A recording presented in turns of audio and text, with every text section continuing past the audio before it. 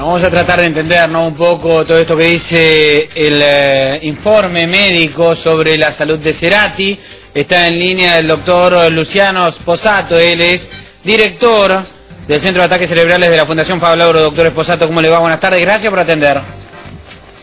¿Qué tal? Buenas tardes, ¿cómo están ustedes? Bien, doctor, ¿puedo escuchar los términos del informe del parte médico que se dio? Sí, los acabo de escuchar. ¿Y qué nos puede aclarar, no, en términos no científicos sino médicos, de qué es lo que significa? Sí, lo primero que surge del parte, y hablando en general sobre cualquier paciente en esta situación, uno lo que puede decir es que sí, realmente el cuadro es grave y digamos, eso uno lo puede llegar a intuir en base también a toda la información que se fue dando anteriormente, ¿no? Porque una persona que requiere una cirugía como la que se realizó en su momento y que tiene un ataque cerebral, por lo general está cursando un cuadro grave y de estas características. En cuanto a las dificultades para recuperar el nivel de conciencia cuando hay un infarto cerebral extenso, un ataque cerebral extenso, es algo que puede ocurrir y por lo general demanda unos cuantos días luego de la suspensión de la medicación que funciona como sedante para que este cuadro se revierta, ¿no? El tema es que cuanto más tiempo pasa una persona que ha tenido un ataque cerebral sin despertar, las chances de que el pronóstico vaya a ser bueno son cada vez menores.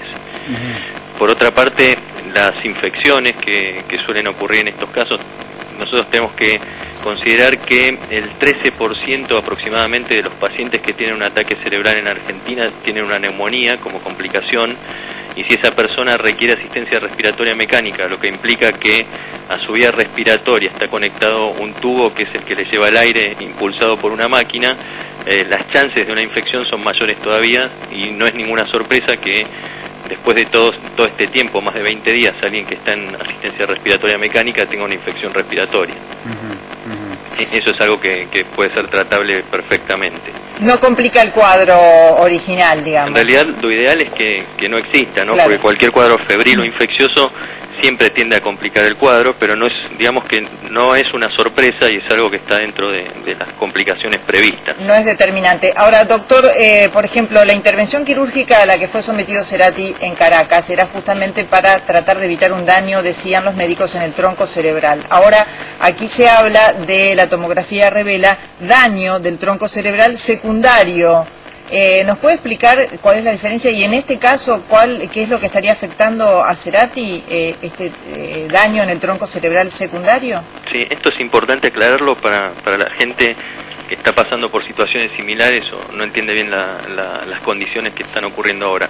Esa cirugía se hace en situaciones desesperantes para salvar la vida del paciente, porque la presión adentro del cráneo aumenta muy bruscamente en muy poco tiempo, y como el cráneo es una estructura que no es distensible, es necesario hacer como un agujero para que el cerebro pueda salir hacia el exterior y de esa forma aliviar la presión. A veces esa medida tiene su efecto, que es evitar la muerte precisamente, pero las secuelas neurológicas que quedan como producto del infarto, en la mayoría de los casos no se pueden evitar, porque ese aumento de la presión es precisamente consecuencia del mismo infarto cerebral. Así que, sí. Doctor, el parte habla de infarto extenso en el hemisferio izquierdo. ¿Qué domina el hemisferio izquierdo para saber cuáles son las lesiones que puede llegar a quedar, ¿no?, en Gustavo Cerati?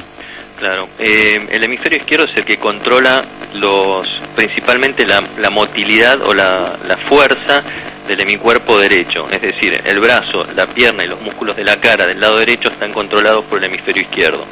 También hay otras funciones como el habla, que eso implica la capacidad que tenemos para hablar como seres humanos e incluso para comprender lo que se nos está diciendo.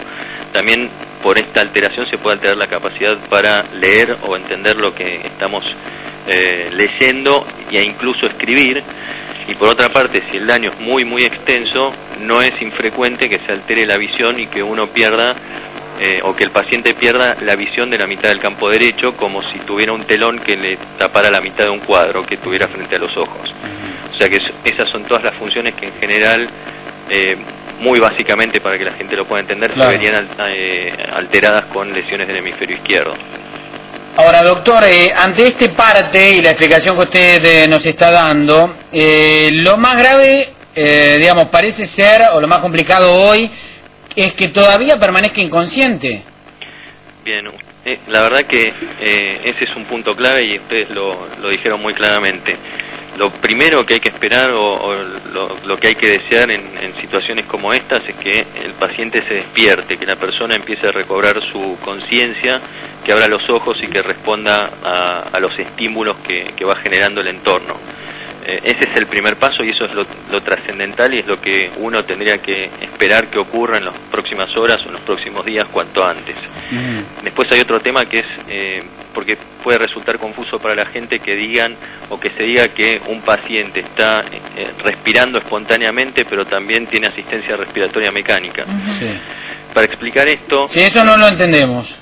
Claro, lo que ocurre en la mayor parte, con la mayor proporción de los casos es que una persona puede desencadenar el impulso para respirar, puede hacer el primer movimiento respiratorio, que eso es respirar espontáneamente, pero necesite del respirador, necesite de la máquina para poder completar todo el ciclo respiratorio, es decir, terminar de inspirar el aire, de meterlo en los pulmones y después expulsarlo. Eso es una modalidad de asistencia respiratoria que es mucho mejor que aquella en la que el paciente requiere asistencia completa para desencadenar un movimiento respiratorio.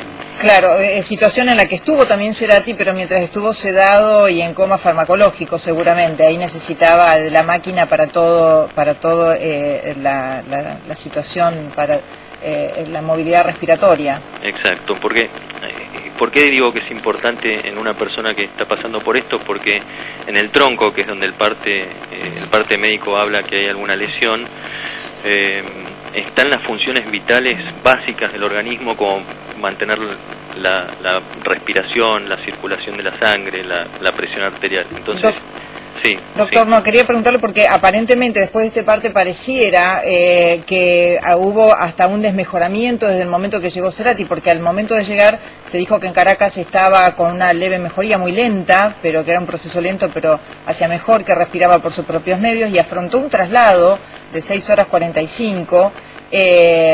¿Usted diría que está, en todo caso, al conocer este parte, está peor la condición de Cerati?